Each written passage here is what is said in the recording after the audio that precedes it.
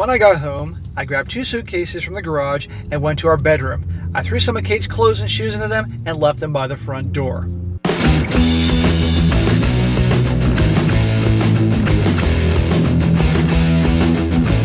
Welcome back to They Did What?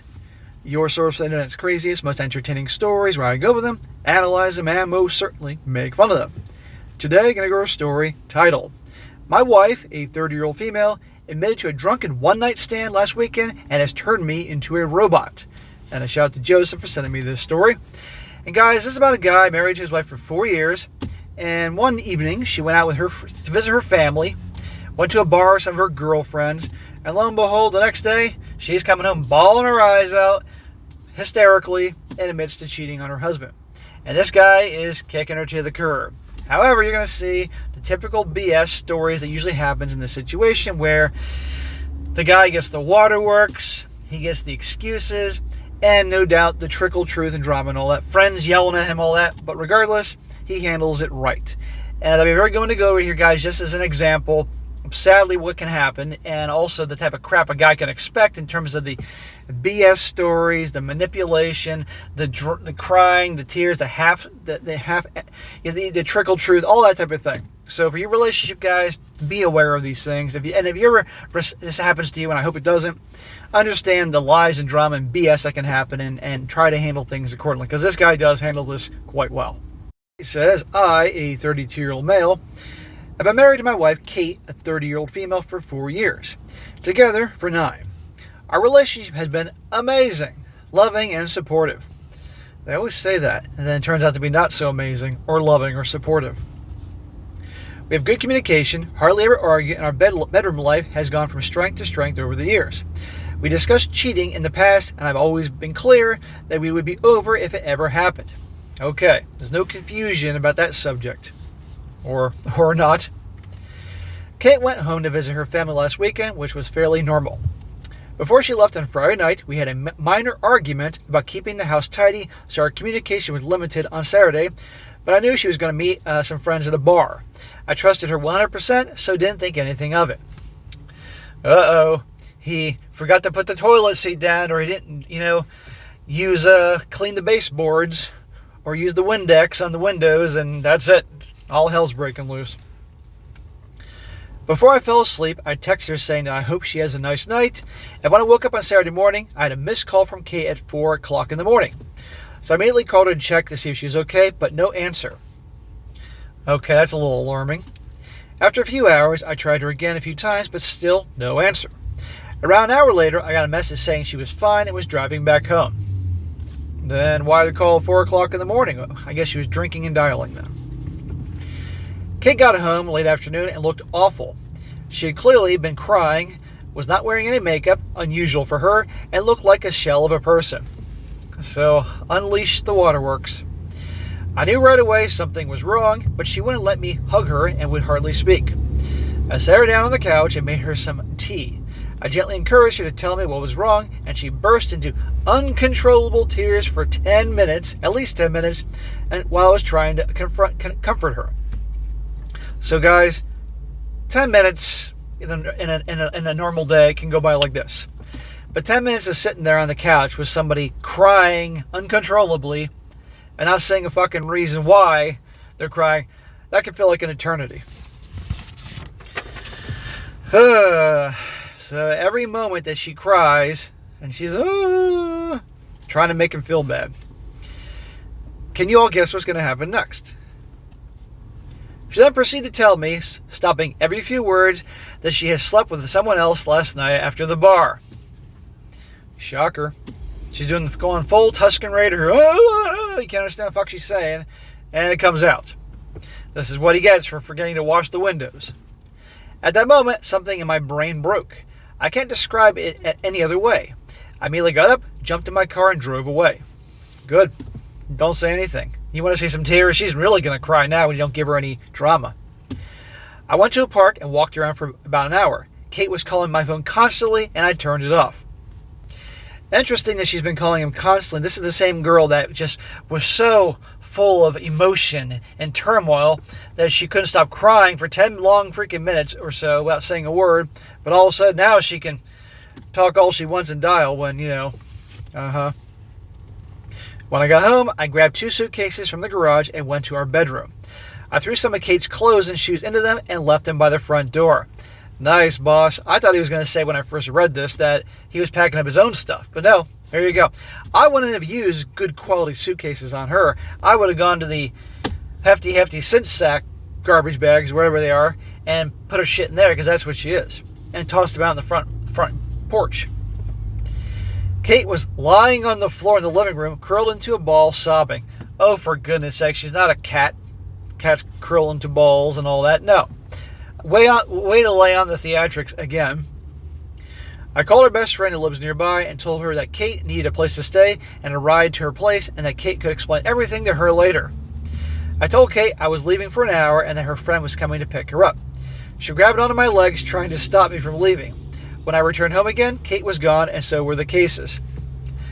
Can you picture this? Like, I want you to imagine this. She's on the floor, her face is melting like the end of Raiders of the Lost Ark from all the crying, holding onto his legs. Ah! He should have done some Bruce Lee action. Ha! On Monday, with a clear head, I answered one of Kate's many phone calls and told her that I needed her to send me an email with as much details as possible of that night, and if she leaves anything out, there will be no hope of reconciliation. I received this email Monday night, but still haven't opened it. Perfect. Now he's got evidence. Now he's got a confession. This will come in handy with the lawyer, so long as he's in a at-fault divorce state. Since then, everyone has been trying to contact me, but I've just been working, exercising, and sleeping. One of her friends turned up at my house with an attitude demanding an explanation.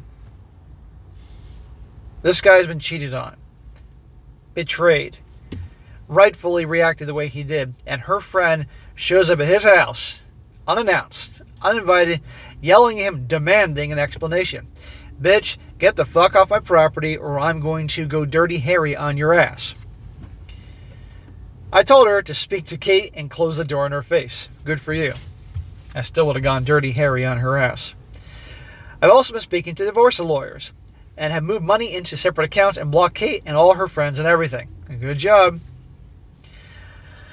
Remember in the beginning he said they've had extensive conversations about cheating and she knows the consequences here, but her perception of him is that she could get away with this.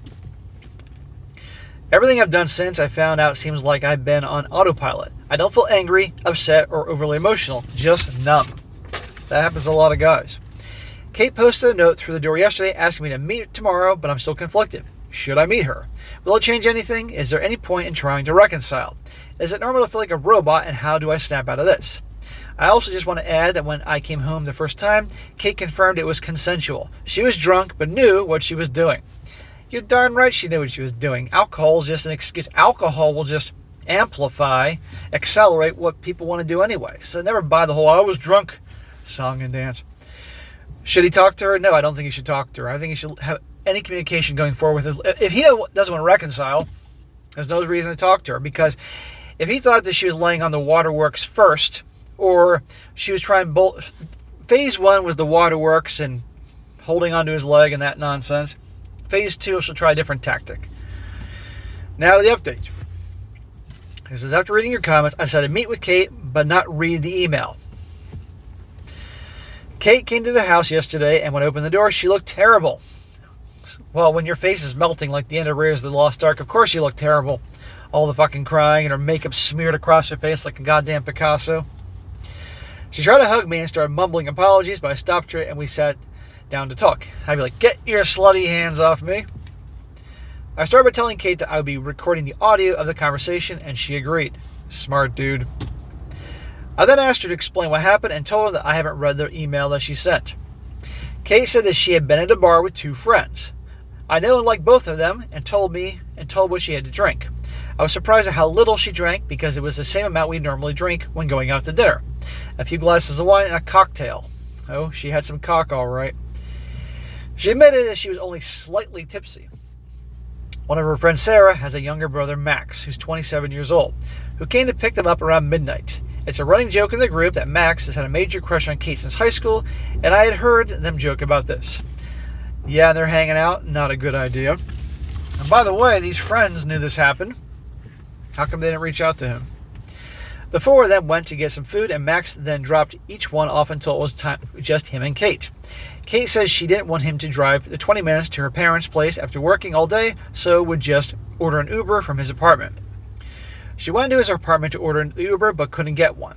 Max suggested she should crash in his bed, and he would take the sofa. He would then drop her off in the morning, and Kate refused and continued to try to find an Uber. Remember, this is her telling the story, the cheater. They were sitting on Max's bed, and he kissed her. She kissed him back, and they ended up having sex. Just that easily? Like nothing has been going on before, or flirting, or anything like that? After that, she broke down crying from guilt, and Max took her home. Oh, how convenient. She cried for another hour, and then tried to call me and to tell me what she had done. We had to stop a number of times because Kate kept breaking down and crying hysterically. Again, she's trying to make this guy feel bad. She told me it was a huge mistake.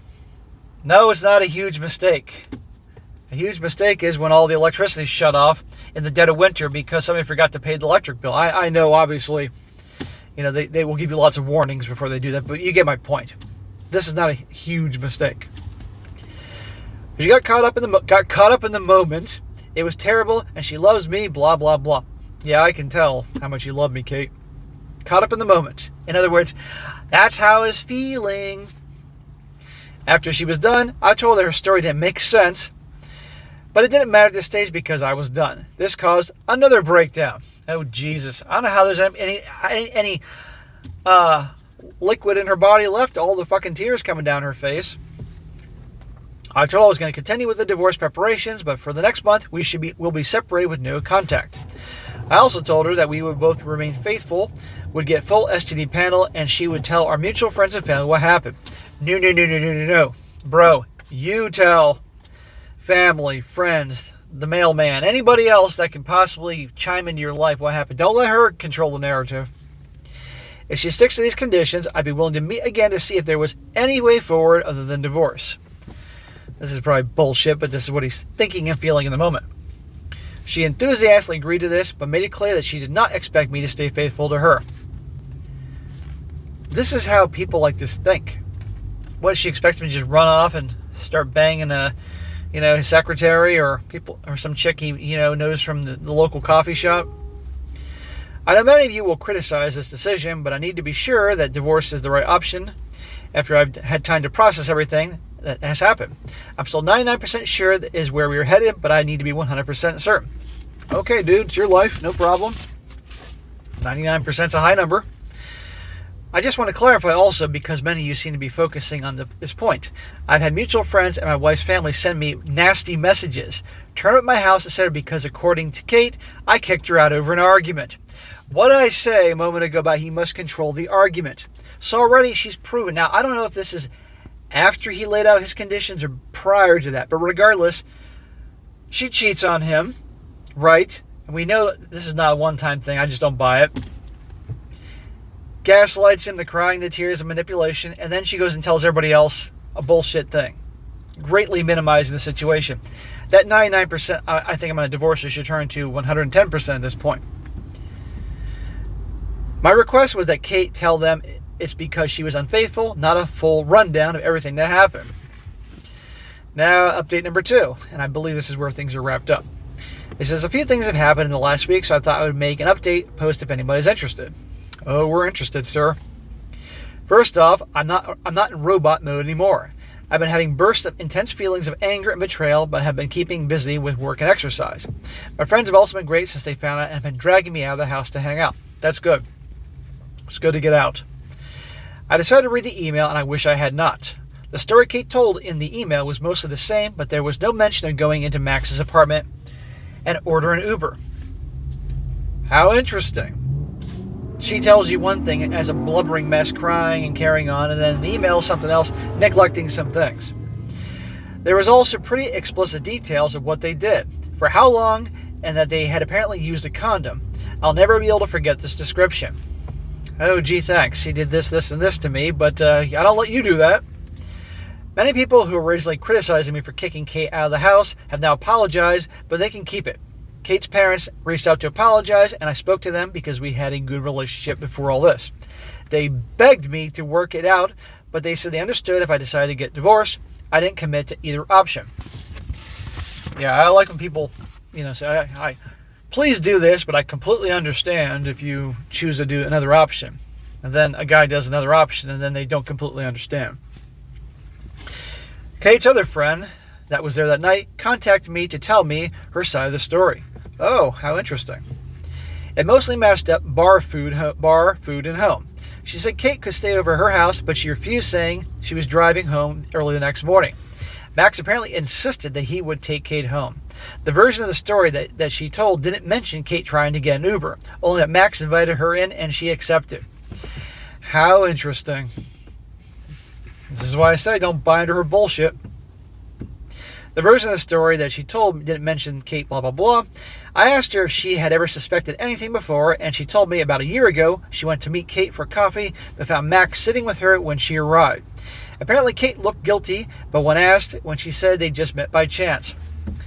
That's what I told you guys in this story, just so how interesting they just happened to get together that night and they're already hooking up. That I suspected some BS was going on before this. Sarah, Max's sister, also reached out to me and I spoke to her too. She was angry with both Max and Kate and told me a similar story. Apparently her whole family are angry with Max and she had not spoken to Kate since she found out. She apologized on behalf of her idiot brother and said that she had warned him to stay away from Kate since high school. She did not think anything else happened between them. Flip a coin and what she's saying here is true or not. I have had zero contact from Kate, but heard she was going to be moving into an Airbnb near our house. Apparently she's not coping well and called in sick from her work a few times over the last few weeks. She does have support from the friend she's currently living with, and I asked her parents to keep an eye on her. Her parents came up to see her this past weekend. Yeah, keep an eye on her because I'm not fucking dealing with her. I went out with some friends at the weekend and am drunk at a bar. I was talking to a gal there who I probably could have gone home with, but I stopped myself because I wanted to keep my self-respect. Good for you, bro. I'm sure it was very tempting to bang this broad, and it would make you feel good for a whole whopping however long it took you to finish the deal with her. And then you feel like shit. A little revenge, a little payback, banging a good-looking chick, but still, it's not worth it. You don't need to complicate things, because that would complicate things in the divorce process. Reading the email and hearing what they had done made me give up hope of preparing this, especially when I know she's not being truthful with me on other things, so who knows? I'll be moving ahead with the divorce and might not even wait a month before telling Kate this is my final decision.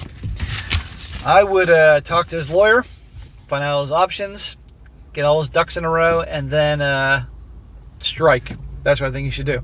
And that was the abrupt ending to the story. Now, before I go into the comments, yeah, it's over. I mean, he was 99% sure. He said now he's probably 299% sure. Yeah, she did all that. I don't buy that. That was her first rodeo with Max. Max deserves an ass whooping. And then her changing the story and all these types of things, and telling the story to friends and family that had them yelling at him. No, goodbye. So he's 32. He's got his whole life ahead of him. His prime is just beginning. Meanwhile, she's 30, and guess what? Her prime is going bye-bye. Okay? Maybe she's damn good looking for 30 years old, but it ain't the same as being 22. And this guy is just starting off. Obviously, when you're in your 30s, guys, 40s, that's when you're embarking in your career. You take care of yourself. You hit the gym. You exercise. You just be healthy. Don't let yourself go. You got a good personality. You got a good network of friends. You have a job or business that you're rising and doing well for yourself. That's when that guy's prime really begins. And except most guys don't get that. And he can have his choice with women, but I'm sure for a while he's not going to want anything serious given what's happened. So I recommend this guy stick to the people he can absolutely trust, take it one day at a time, listen to his lawyer, keep his emotions under control, and move on with the divorce. And depending on where they live, he'll probably if he makes more money than her, he's going to obviously have to pay some alimony for a while. Hopefully with 4 years of marriage, this isn't too long, and thank God they have no kids. I think he said they live in an apartment, not a house, so at least they don't have to deal with that whole song and dance with the house and all that. And lick his wounds and move on. Next time, be wiser, and obviously spend more time getting to know the girl before you get serious with her. And frankly, after this rodeo, I don't think you should get married ever again, because what's the point? He can have a relationship if he wants to, but who knows, everybody's different. So there you go, guys. All right, guys, that's it for today. Be sure to comment down below. Let me know what you think about this. Be sure to like the video, share with your friends, and subscribe. And I'll catch you next time.